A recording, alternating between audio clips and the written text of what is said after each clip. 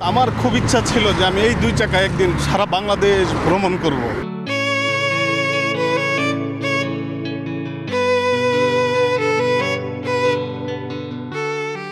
সাব্বির হোসেন তিনি ছোটবেলা থেকেই কিন্তু আসলে পড়াশোনার পাশাপাশি তার মোটর সাইকেলের প্রতি বেশ ঝোঁক ছিল এবং তিনি ওই সময় থেকে ছোটবেলা থেকেই তিনি স্বপ্ন দেখতেন যে তিনি মোটর সাইকেল চালিয়ে সারা দেশ ভ্রমণ করবেন। কিন্তু আসলে অর্থনৈতিক অসচ্ছলতার কারণে তিনি কিন্তু তার কোনো মোটর সাইকেল ছিল না এবং তার পরিবারের সেই সামর্থ্যও ছিল না কিন্তু সেই মোটর সাইকেল কিনে দেওয়ার। এসএসসি পাশ করে এই ফরিদপুরের যে পলিটেকনিক ইনস্টিটিউট সেখানে কিন্তু ডিপ্লোমাতে তিনি এই সিভিল ইঞ্জিনিয়ারিং পাশ করেন এবং এই সিভিল ইঞ্জিনিয়ারিং পাশ করার পরেই তিনি একটি ছোটোখাটো চাকরি শুরু করেন আর কি বেসরকারি কোম্পানিতে এবং এরপরেই ছোটবেলার স্বপ্ন তিনি বাস্তবায়ন করতে তিনি প্রস্তুতি নেন এবং চাকরির পাশাপাশি তিনি কিছু টাকা জমান এবং সেই টাকা দিয়েই তিনি একটি মোটর সাইকেল কেনেন 2018 সালে এবং ঠিক 2018 সাল থেকেই তিনি পরিকল্পনা শুরু করেন যে তিনি সারা দেশে এই মোটর সাইকেল চালিয়ে তিনি ঘুরবেন। 2021 সালে তিনি তার যাত্রা শুরু করেন এবং প্রথমে তিনি কক্সবাজার থেকে শুরু করেন। মাত্র 15 দিনেই তিনি কিন্তু এই 64 জেলা মোটর সাইকেলে ভ্রমণ করেন, কিন্তু এতেও কিন্তু তার সেই যে স্বাদ কিন্তু তার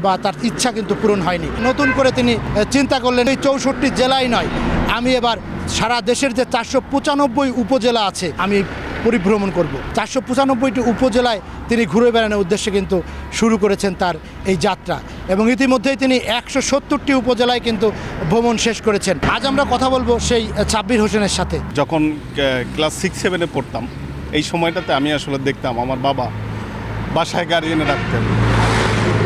আমার খুব ইচ্ছা ছিল যে আমি এই 2 চাকায় একদিন সারা বাংলাদেশ ভ্রমণ করব। আসলে এই কথাগুলো যখন আমি বলতে যাই আমি খুব আমার আবেগ অনুভূতি চলে আসে। ইনশাল্লাহ 495 উপজেলা আমি সাব্বির ভ্রমণ করব ফরিদপুরের মধ্যে থেকে এবং যেটা সারা বাংলাদেশে ইতিহাস হয়ে থাকে। তো যেই কথা সেই কাজ বেরোয় পড়েছে 2025 এপ্রিলের 6 তারিখে।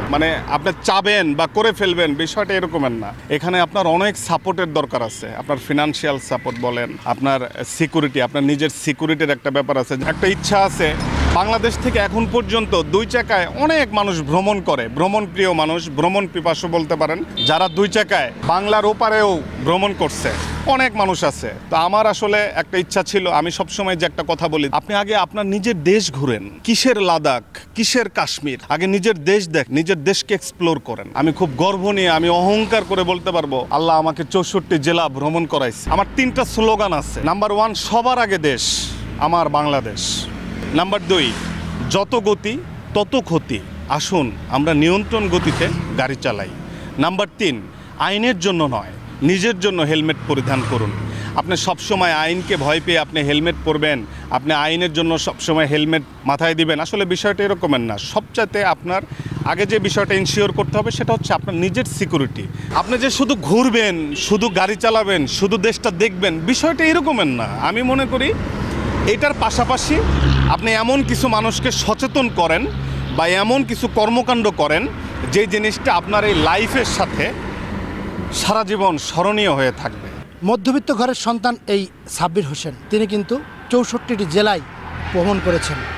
এখন তিনি 495টি উপজেলা ঘুরে বেড়ানোর উদ্দেশ্য নিয়ে কিন্তু তিনি বের হয়েছেন। ইতিমধ্যেই 170টি উপজেলা তিনি কিন্তু ভ্রমণ করেছেন। তো বাকি যে উপজেলাগুলো তিনি কিন্তু তার স্বপ্ন পূরণের জন্য এই উপজেলাগুলোও ঘুরতে চান, কিন্তু মধ্যবিত্ত ঘরের সন্তান হওয়ার কারণে, আর্থিক অসচ্ছলতার কারণে কিন্তু তিনি আসলে পারছেন না। যদি কোনো প্রতিষ্ঠান বা কোনো ব্যক্তি যদি তার এই পাশে এসে দাঁড়িয়ে তাকে সহায়তা করত তাহলে কিন্তু তিনি তার স্বপ্ন পূরণ করতে পারতেন। তার এই স্বপ্ন পূরণে এগিয়ে আসবে কোনো প্রতিষ্ঠান বা কোনো ব্যক্তি, এমনটাই প্রত্যাশা সাব্বির হোসেনের।